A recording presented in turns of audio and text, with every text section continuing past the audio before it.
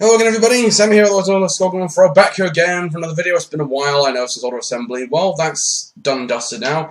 I'm back here again, not to do a review, even though I've got one planned. I'm here to do a Q&A video, because I've noticed the whole Q&A video thing going around recently on the Transformers YouTube community Facebook page. And I was recently tagged by Jared, or Kang1, to kind of not respond to the video he did, but kind of continue on from this and just continue doing it from there on, just to really keep the Q&A thing going, because I think that's the current theme of the group at the moment, is to do Q&A videos based on non-Transformers related questions, which are fine, so let's not waste any time. Let's get right down to the questions, because I only have a few questions from some people, and some of them are very good, so I will answer them in the order that they're in, because I got the page open right now. Right, so let's begin, shall we? The first question is from Dave Shotton, and his question is: if you lost your hand (brackets the opposite one to your main hand, i.e. your left hand, if you're right-handed, vice versa, well, I'm right-handed, so there you go, and had to replace it with a kitchen appliance, what would you choose and why? Well, if I'd ever lost a limb, if I ever lost a hand, whether it be left or right, and I had to replace it with anything of a kitchen appliance, probably a spatula, because I cook quite a lot and I normally make a lot of curry, so one thing I need is like spatula hand and just like start stirring all the ingredients in the pot. Or, depending on that, I would probably use a corkscrew if I was ever going to buy the corked wines. Even though I don't think you can really buy many corked wines anymore. But yeah, I mean, I'll probably have a corkscrew, because if anyone tried to attack me, I'd probably just use that like right in the chest. So the corkscrew, it goes between either the corkscrew or the spatula. I can't have both, but I will probably go with the spatula, because the spatula, I could see that being put to good use for when I'm cooking. So yeah, thanks, Dave, really appreciate it. Johnny Pierce asks, what are your views on collecting ordained teapots? Well, to any teapot collector, I don't see a problem with it. I think collecting teapots, I mean, it kind of goes back to the whole theory of, if you're collecting anything, be passionate about it. And I think most people collect toys or video games or stamps or cars dating back from like the 1930s and stuff like that. Teapots, I have positive views on it. I mean, if you're going to collect something that's classy, and if you want to collect teapots, collect teapots. The only difference is, and if you've probably seen this already, and anybody who's friends with me on Facebook probably already know, but I already have a teapot I got last year for my birthday. So yeah, this teapot is quite nice, and it's made of metal, so I haven't got the tea anymore for this, but you know, it's a really good teapot. So I probably, if I had enough money, I'd probably buy more of these. But it's trying to find the room for them all. That's always the problem. So yeah, I think collecting ordained teapots, any teapot in general, is quite a good thing. So that's what answers the question. Stuart Blythe asks, if you were faced with becoming either a vampire or a werewolf, why did the chicken cross the road? Hang on, let's read that again. If you were faced with becoming either vampire or werewolf, where did the chicken cross the road? To get away from the creatures that were chasing him. And if I was going to become something, I'd probably become a vampire, because vampires are kind of cool. So, yeah, I mean, the chicken cross the road scenario, if the chicken got to the other side of the road without getting hacked to pieces by either the werewolf or the vampire, then I guess that answers your question. Yeah, I'm sorry, that's not a very good answer, but I tried. Deshaun again asks, my new favourite questions, but they're not connected. Well, maybe they could be. What's your embarrassing sexual experience? What would your wizard name be? I have no real sexual experience to really give any out there, and that's really all I can say about that. I mean, I haven't really got any comment on that. That's kind of personal. Wizard name. That's an interesting one. Wizard name. Because wizard names are very, very hard to come up with. I mean, Trying to you want to make it sound badass, don't you? So I think my wizard name would probably be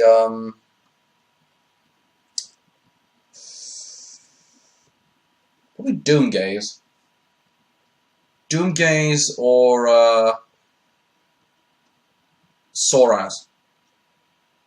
Both of those names probably sound very nonsensical, but Doomgaze probably sounds a bit more badass. I think Doomgaze is probably the name of a death metal band. But yeah, I mean, I'll probably go with those two names. Sorry I couldn't answer the sexual experience, embarrassing sexual experience question for you. It's just, that's entirely personal, so. Johnny, again, asks, Harry or Merlin, what would you like to experience? No. Harry or Merlin, which would you like experience to remember in a Portaloo with? Hang on, let's rephrase that. What experience would you like to remember in a Portaloo with? Okay, fine, there you go. Experience in a Portaloo with somebody.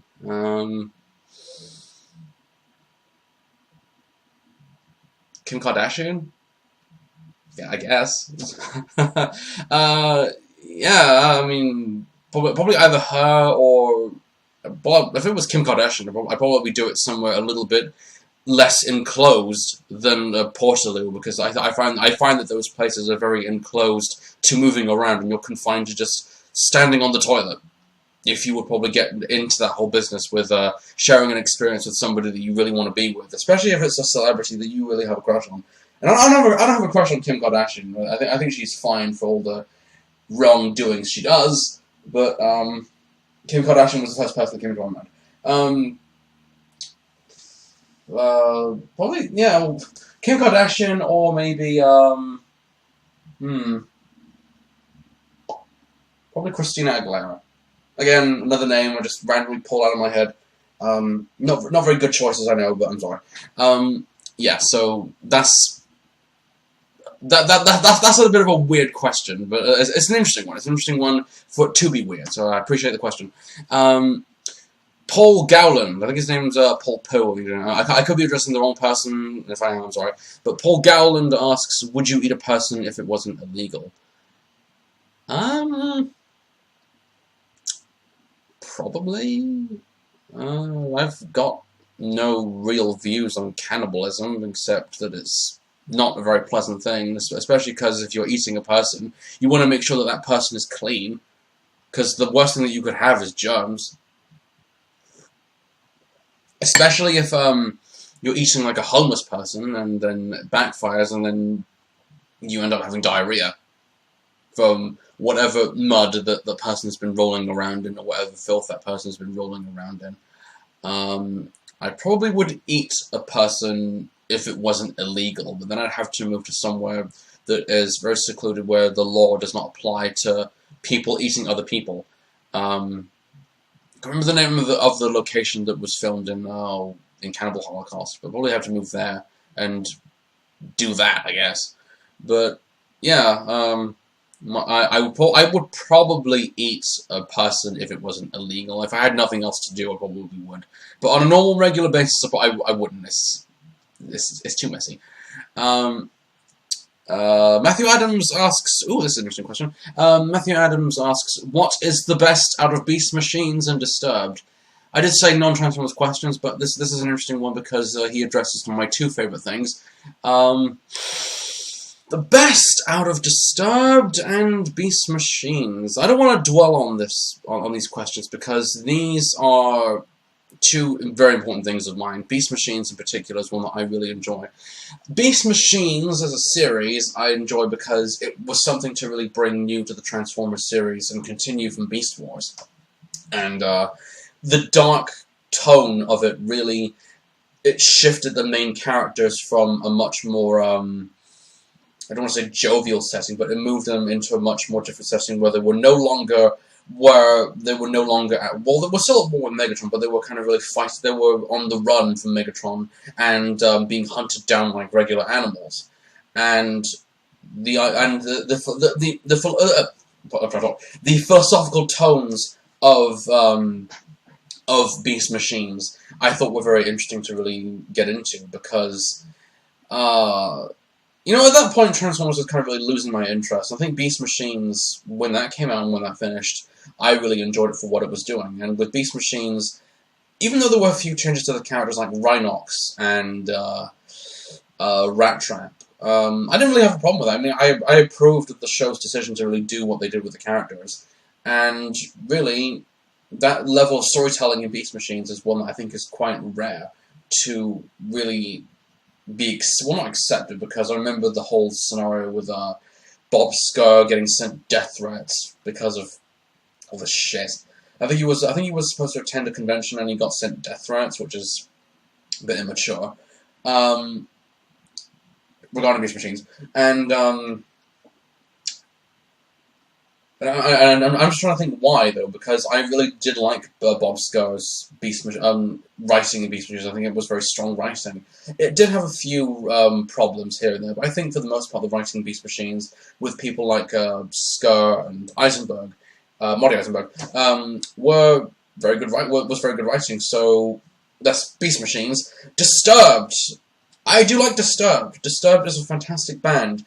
Although the only different thing is that the Disturbed is kind of on a hiatus because David Draymond's doing Device, and I don't know how long that's going to be going on for. But Disturbed is going to be put on a hiatus for indefinitely until he's done doing what David Draymond's doing, what he's doing, and he goes back to doing Disturbed. I like Disturbed. I mean, I think Disturbed have come a long way since their first album, and because their first album for me, it wasn't that.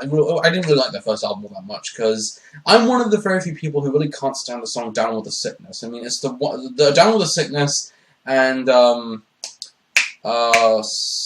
"Stupefy." Well, "Stupefy" I don't mind. "Stupefy" is a decent song, but "Down with the Sickness" is just overplayed so many times. And like, yeah, Disturbed did other songs than "Down with the Sickness." Indestructible, Inside the Fire, Decadence. I'm trying to think of others I really like. Liberate is another one I really like. Awaken, Believe, and even though it was a cover of Genesis, Land of Confusion, Another Way to Die, Animal, The Warrior, yeah, so many different songs. So yeah, Down with the Sickness is really isn't the only song that Disturbed do, and it's probably the worst song that they've ever done. And I'm sorry if I've offended anybody for liking that song, but really, it's not the best song. I mean, they've done 1,000 different songs that are better than Down with the Sickness. But I love Disturbed. I mean, Disturbed are a great band. I hope that one day they can get back together and make another album, because that last album was really, really good. I really enjoyed their last album. But Disturbed, I do enjoy because of David Draymond's vocals. He's a very good vocalist. I want David Draymond to be a voice actor because I can imagine David Draymond doing really tough, evil characters in animation or in video games. One day I'd like to see David Draymond in Transformers, but that's probably never going to happen. But yeah, I mean, I really like Disturbed. I mean, I want the band to get back together again and make another album. Once Draymond's done his thing with Device. I know Device is kind of a side project for him, but really, I do like Device. Device is very good. And there are some good songs in the Device have done. But I really do want Disturbed to get back together and make another album. So thanks, Matt. I really appreciate the question. Hakan Olsen, I hope I'm pronouncing your name right. Hakan Olsen asks, pancakes or waffles? Pancakes, because I've had waffles and I am not a big fan of waffles. And the waffles I had were actually from a really crappy corner shop that's down the road from where I live. And I tried putting them together with peanut butter and bananas. And it wasn't, and don't get me wrong, it's an interesting combination. But it just tasted like vomit. And I realized why, because they weren't the proper waffles. If I had the proper waffles, then I could probably really enjoy them a lot more. But really, I'm more into pancakes. I've always liked pancakes. Not the American pancakes. The American kind are really crap. But the British-style pancakes are very good. The thin ones are very good, with the sugar and the lemon. And I'm not a big fan of the raisins, but with all those together, fantastic. So yeah, I prefer pancakes over waffles. So thanks for the question. Ben Watson asks, how do you keep your mane so lustrous? Interesting question, even though my hair is a lot shorter. Well, not a lot shorter, but it's because I had a haircut a little while ago. Interesting question, because the thing with having long hair, especially if you're a man and you have long hair, you need to make sure that you condition it all the time. Keep your hair as clean and as well kept as possible. And once it's conditioned and once you've patted it dry gently with a towel, once it's wet, you can rub it in. You can rub hair oil into the hair and give it kind of make it look a little bit more slicker and stronger. I have 3 different kinds that I use. The first one is one that I bought from, I think it's Boats, the John Frieda Full Repair style hair oil, which is actually quite nice. I only use bits of it. It's actually, it's a pretty good strong hair oil.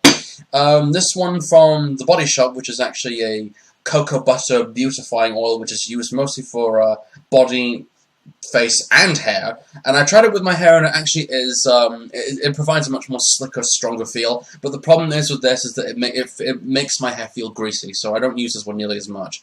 Rub it on your face, or any other part of your body, including your hair, but your hair, with rubbing this in, it just feels greasy. So this one I very rarely use.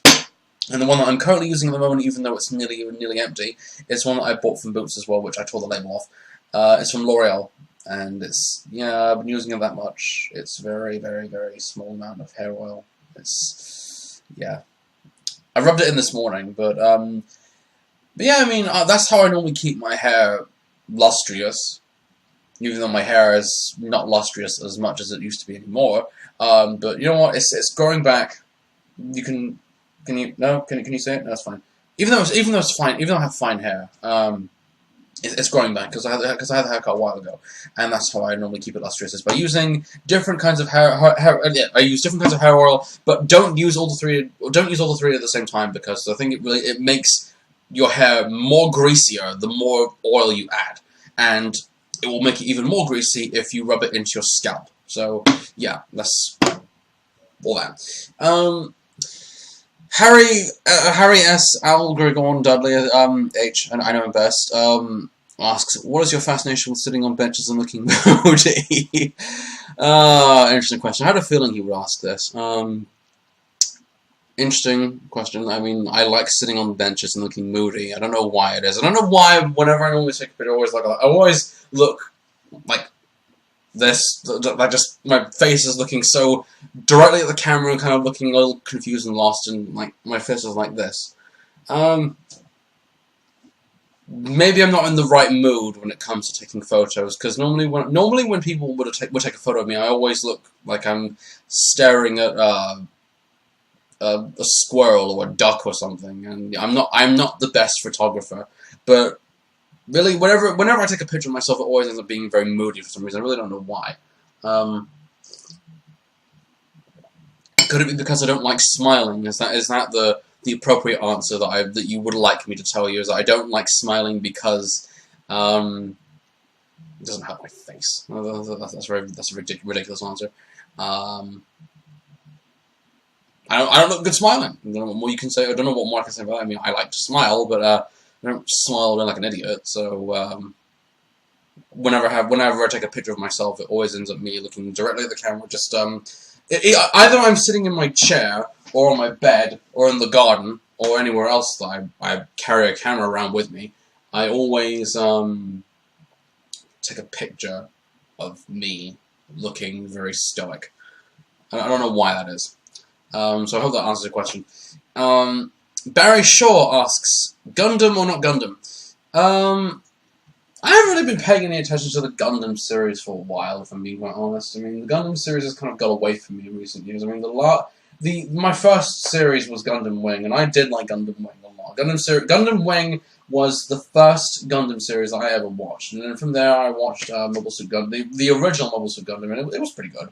And then I watched Seed, and I hated it. But yeah, I mean, I'm not that big of a Gundam fan. I mean, if anything you want to know about me is that I will show you, just to kind of validate the point even further. Is there you go.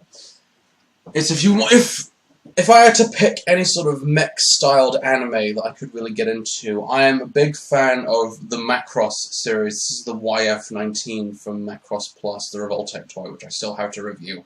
And the Macross series I do prefer more, even though I am not that highly big into space opera-style science fiction. The Macross series is one that I am familiar with, it's one that I enjoy. The mechs, the Vertex, the Valkyries, whatever you want to call them, are very good, and I think all of them are very uniquely designed. I haven't really cared that much about anything of current Macross. I mean, Frontier was a pile of shit. If you want me to go any further than that, I just did not like Frontier at all. But yeah, I mean, I do like Gundam, but I'm not that big into Gundam. If that's what you really want to know, I mean, I don't have any of the model kits. I mean, I'm not like people like Brad or Bubs who have mass collections of Gundam models displayed all over the house. I haven't got any room for it, and there are too many Gundams to really sort after, to really get that really appeal. So I mean, I don't mind Gundam, but I'm not too big into it. I mean, I do like it, but I'm just not too big in it. So. Thanks for the question. Steve Thomas asks, same question that Dave Sean asks, what was your most embarrassing sexual experience? I don't have an embarrassing sexual experience, so I really can't comment on that. I mean, I find that very personal. Johnny Pierce again asks, hole or snowplow? Hole or snowplow? I don't really get the question. Hole or snowplow? Do you hole or snowplow? What does that mean? I don't know what that means. So, I don't want to dodge the question, but hole or snowplow? Hole or snowplow? I don't know what that means. I should know what that means, but I don't know what that means. So, hole or snowplow? I mean, what do you do? Do you drive the snowplow in the hole, or do you get out of the hole with the snowplow, or? I don't get the question. I'm sorry. I should know this question, but I don't. I'm sorry. What more do you want? Bill Letson asks, what is your favorite Centurion? Favorite Centurion? From the Centurions? From the Hanna-Barbera show? Yeah, favorite Centurion. I need to go back and watch the show again, because that was really, really good. Favorite Centurion? Probably Ace McCloud. Ace McCloud stood out as a character who just came across as very cocky and very brash, and very full of himself, and he loved to be like the aerodynamic guy in the group who was really not making all the commands. Like I said, I haven't watched the show in a while. I really need to go back and watch the Centurions again, because the Centurions was a great show. But I do like Ace McCloud. I like his name as well, Ace McCloud. That's like such a badass name. It's not like a name that a character from Highlander will be used. Ace McCloud. Ace McCloud. I do like Ace McCloud. Ace McCloud's probably my favorite because he just comes across like a smarmy, cocky guy. And the performance by Neil Ross, who played him in the series originally, is a highlight. So that's pretty good. And the last question in this list is from Jared Michael Gavenberry, Wolfgang 1. Have you ever given any serious consideration to working abroad? Interesting question, because my sister, a couple of years ago, she went to the Dominican Republic to help the people there, who have a difficult time living in that country, and you know that's an interesting thing, because my sister did working over abroad for helping people who are sick, and would I give any consideration to it? I probably would. I would like to give it a go one day. I mean, it's a challenging experience, but since I'm unemployed, that kind of makes the experience a little bit out of my reach. If I was doing something to, well, I'm not saying you don't have to be employed to do any work abroad, but you can. But you need that sort of experience to work abroad to really do that sort of thing anyway. But yeah, I mean that sounds like a fun thing to do. Well, not fun. Well, fun / helping those that need help where help is not given to them. sort of thing. Yeah, I mean, I would really strongly give that consideration. I mean, since I do a lot of voluntary work at the RSPCA, I mean, I would gladly do a lot of... I would happily go to another country and help the sick. That does sound like something that I would probably like to do in a few years' time. I mean, that's it's an interesting question. So really, that's yeah. I mean, it's something I would like to do. I mean, I can't think of anything negative about that I wouldn't enjoy. Apart from the hot weather, but then again, I don't know. Not many people like hot weather anyway, especially if they like to cover themselves in mass chip fat and sit outside the garden getting a fucking tan.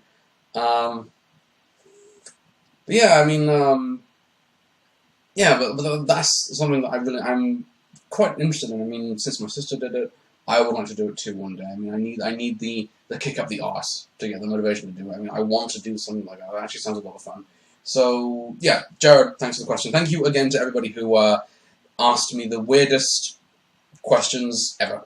So sorry if this video isn't too long, but maybe the next Q&A video I do will probably be much longer. But at the same time, though, thank you to everybody who asked me the questions. You all know who you are. And at the end of this video, it seems practical whenever anybody does one of these Q&A videos to nominate to tag somebody that they want to do a Q&A video as well. So I nominate 2 people. Adam Nicole / Grufflock and James Wilson / Monkeyzen TV. So I've tagged you 2 people. I want you to do a Q&A video as well. So yeah, I mean that's it. That's the entire video. Thanks for watching, everybody. I hope you really enjoyed me rambling about stuff that I wouldn't normally get to ramble about, as I'm not that interesting of a person. But at the same time, it's fun to talk about shit that really isn't anything about Transformers, because life is about other things than just plastic robots. So, okay.